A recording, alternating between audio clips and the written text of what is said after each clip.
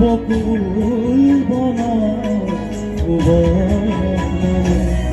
তোমাৰ নীল কথাৰ দৰে তোমাৰ নীল কথাৰ দৰে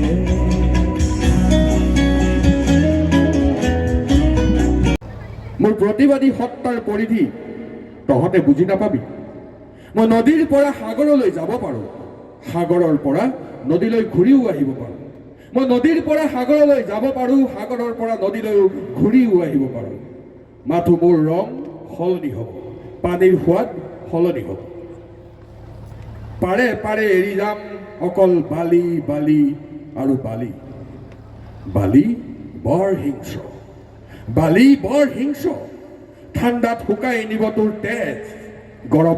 সুখ আৰু ভোকৰ কবিতাৰ মাজত তেওঁ নাছিল। মানুহ য'ত আছিল তাতো তেওঁ নাছিল। তেওঁ আছিল যাদৱৰ জ্বলি শেষ হোৱা অৰণ্যত চটফটাই থকা জীৱৰ মাজত, পশুৰ অশ্ৰুত চিৰাচিৰ শইচ পথাৰ মাটি। গলি যোৱা মৰসৰ দৰে মলাই পথাৰ এতিয়া মৰা চাপৰি। নিগৰি থাকে ক্লান্ত বিহুৰামৰ বিষ, ধৰফৰাই থাকে বিৰহৰ ঐনিত। ঋতু হেৰুৱাৰ অধীৰ যন্ত্ৰণাত তেজৰ চকুলো বোৱাই মাজে মাজে নিৰুদ্দেশ হৈ পৰে বনমালী।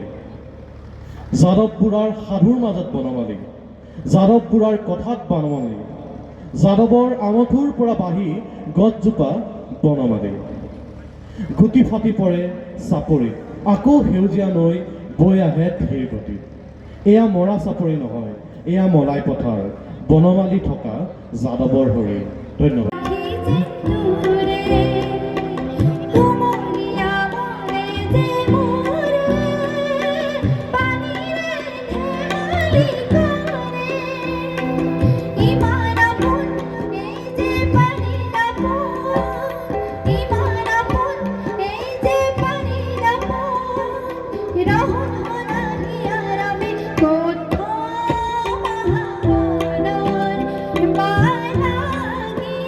মই যেতিয়া নেওতা আওৰাইছিলোঁ, আয়ে আখলত বহি আঘোণৰ সোণোৱালী শস্যৰ ভোগালীৰ সম্ভাৰ যতনাইছিল।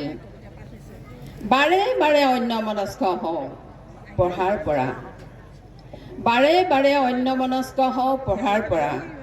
আমোল মোলাই থকা সুস্বাদু ব্যঞ্জনে বতাহৰ লগত মিতিৰালি পাতে।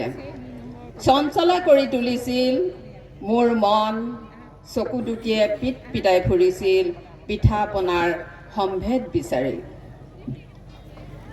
ঘ্ৰাণেৰে আধা ভোজন কৰি লোৱা